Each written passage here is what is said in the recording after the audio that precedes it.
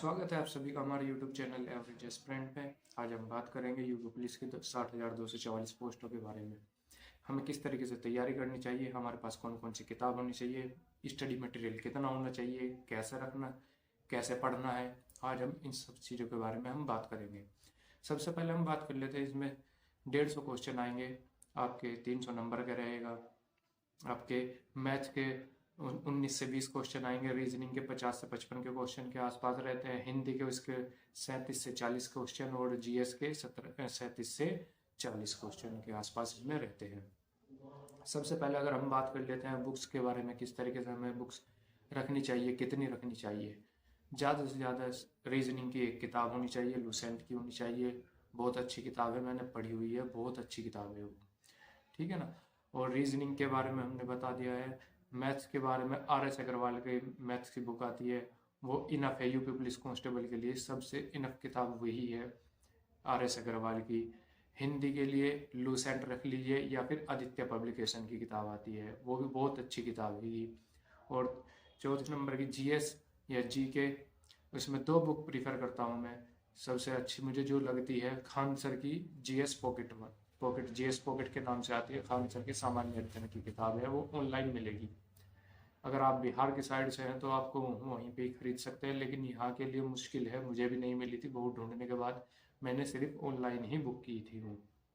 और दूसरी बुक आप या तो खान सर की बुक रख सकते हैं या फिर लूसेंट की रख सकते हैं। लूसेंट भी बहुत अच्छी बुक्स है, लूसेंट से ज़्यादा मटेरियल है उसमें खान सर वाली बुक में, सामान्य अध्ययन में।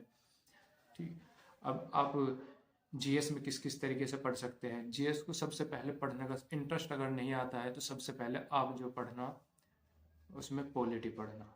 पॉलिटी में आप जल्दी से जल्दी कवर कर लोगे, आपको समझ आने लगेगी, आप आर्टिकल याद होने लगेंगे। उसके बाद में आप जो पढ़ोगे जियोग्राफी पढ़ना, साइंस, इसके बाद में साइंस पढ़ना या फिर हिस्ट्री पढ़ना, वो मर्जी आपकी रहेगी। मैं प्रीफर करता हूँ साइंस को, क्योंकि साइंस में हिस्ट्री से ज़्यादा क्वेश्चन आ जाते हैं। साइंस में फिजिक्स, केमिस्ट्री, बायो, इसके बाद में पढ़ता हूँ मैं हिस्ट्री, ठीक है ना। और बस इतना ही पढ़ता हूँ मैं GS में सिर्फ यही पढ़ता हूँ। इकोनॉमिक्स में कभी नहीं पढ़ता, मुझे याद भी नहीं होती, मुझे समझ में भी नहीं आती। इसलिए आप अगर अच्छा लगे तो आप इकोनॉमिक्स पढ़ सकते हैं। इकोनॉमिक्स का ज़्यादा से ज़्यादा 1 या 2 क्वेश्चन आता है, वो भी मुझे नहीं लगता 50% बच्चे उसको सोल्व कर पाते हो, क्वेश्चन को नहीं हो पाते हो, ठीक है। और करंट अफेयर के लिए मैं करता हूँ एग्जाम से 15 दिन पहले SPD की बुक आती है 6 मंथ वाली, उसको 2-2 3-3 घंटा पढ़ता हूँ डेली। और रिवीजन भी करता हूँ साथ साथ। जैसे मैंने आज 3 पेज पढ़े तो कल मैं 3 पेज की तरफ को स्कैन मेथड से देख लूंगा उसको, फिर आगे के 3 पेज पढ़ूंगा। इस तरीके से मैं करंट अफेयर पढ़ता हूँ। स्टैटिक GK के लिए आप रोजगार विद अंकित की नवीन सर की एक बुक आती है, स्टैटिक GK के नाम से ही है, आप वो बुक परचेज कर लेना, वो बहुत अच्छी बुक है। आपको उसको डेली 1 घंटा पढ़ना है, सिर्फ 1 घंटा उसको डेली, 45 मिनट से 1 घंटा आप डेली उसको पढ़ना है।